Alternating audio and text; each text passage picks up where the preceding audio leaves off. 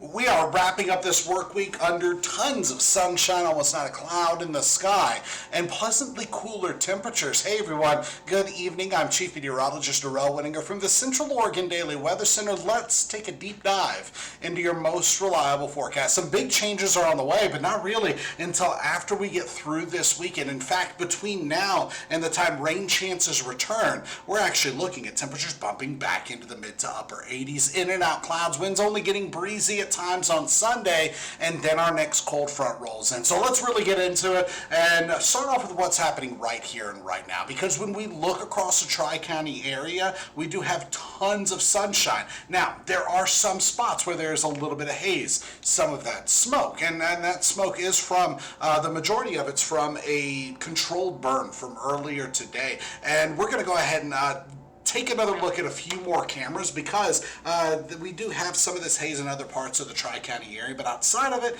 almost not a cloud in the sky. So let's focus on where that haze, where that smoke is coming from, because right now air quality is not too bad at all. We're sitting in the green, both hourly averages and the real-time sensors. And when we dive in a little bit more, we get up to North Jefferson County, northeast Jefferson County, and about 11 miles to the east of Willowdale is where we have several of those hot spots. Now, these are satellite-derived hot spots, and earlier today in some of those cameras, we could actually see that smoke plume, and it looked pretty big.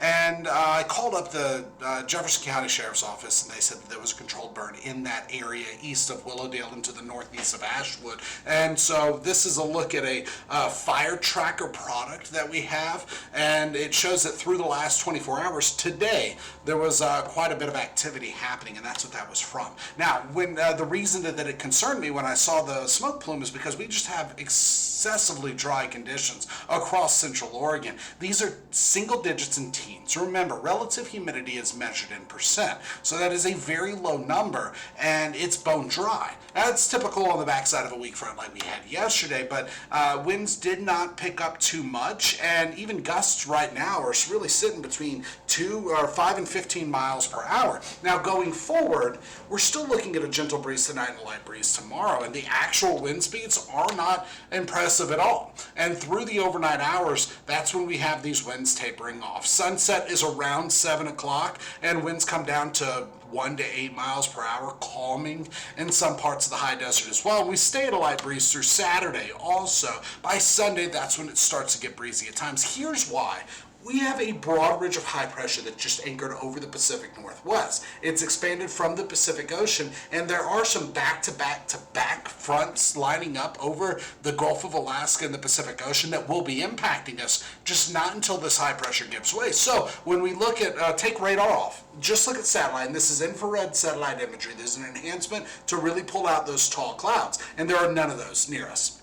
And we also have pressure gradients on there. So those isobars show constant lines of pressure. When they get really close together, that means it's windy, but right now we just have that light breeze. And switching gears, looking at the water vapor satellite imagery, there's a dry air mass over the region. So really most of the activity we're even focusing on is not over Central Oregon yet. It's over the Gulf of Alaska and the Northern Pacific Ocean and further back. That's what we're tracking. That's what's going to push into the high desert, just not until we get to after this weekend.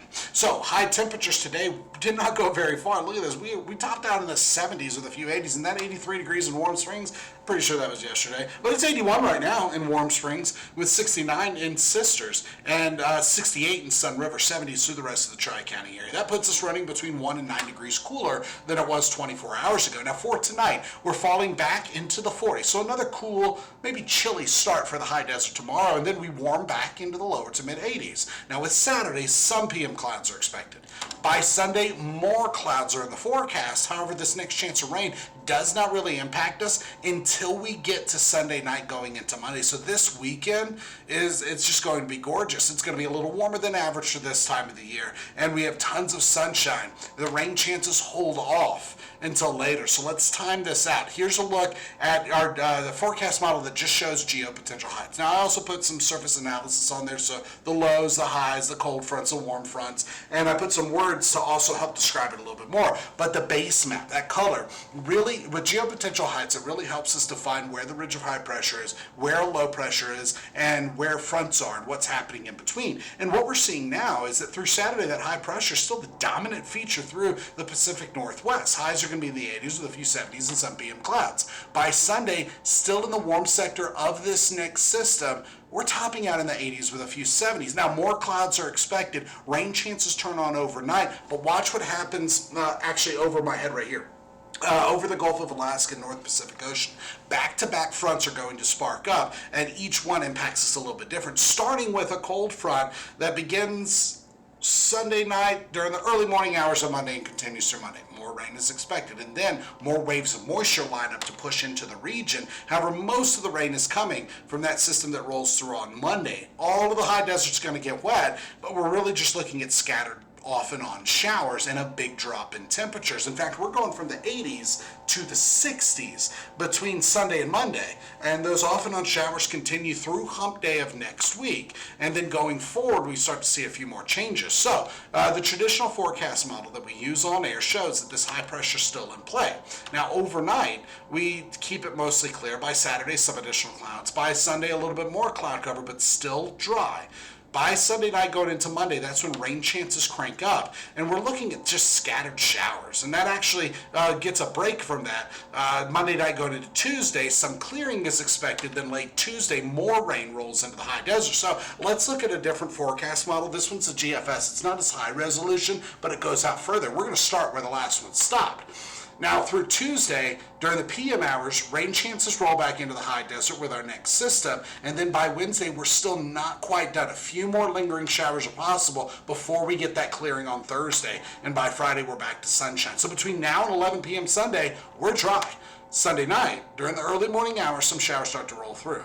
Through the rest of Monday, we're continuing to get wet, but some of us don't even get the shower activity. So really, it's off and on showers possible. That's why on the 7-day planner, you'll see partly cloudy rain showers, because we're still looking at some spots that are just getting sprinkles or no rain at all.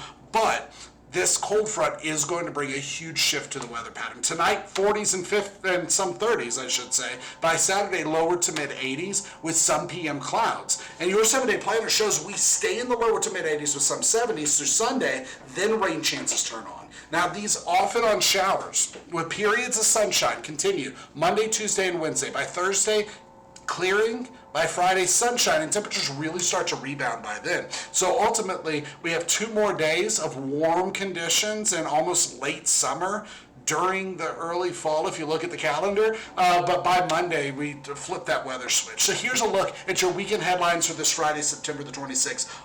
Through this weekend, Saturday and Sunday, it will be warmer. More clouds are expected. We're looking at dry days and winds becoming breezy at times, especially on Sunday. Then showers come back into the forecast Sunday night going into Monday. Really, during the early morning, pre-dawn hours of Monday is when we start to see those rain chances. But right now, man, we got that sunshine, and it is super dry across the high desert. So I'm going to leave you with one more look at some of those cameras. If you have any questions, drop them in the comment section below. If you like what we're doing, shoot me a thumbs up on there. But if you'd like to see something that I didn't show, go ahead and put that down there too. I'm trying to create something that people want to see and people want to use. Other than that, join us tonight on Central Oregon Daily News with the latest headlines and your most reliable forecast. We'll see you then.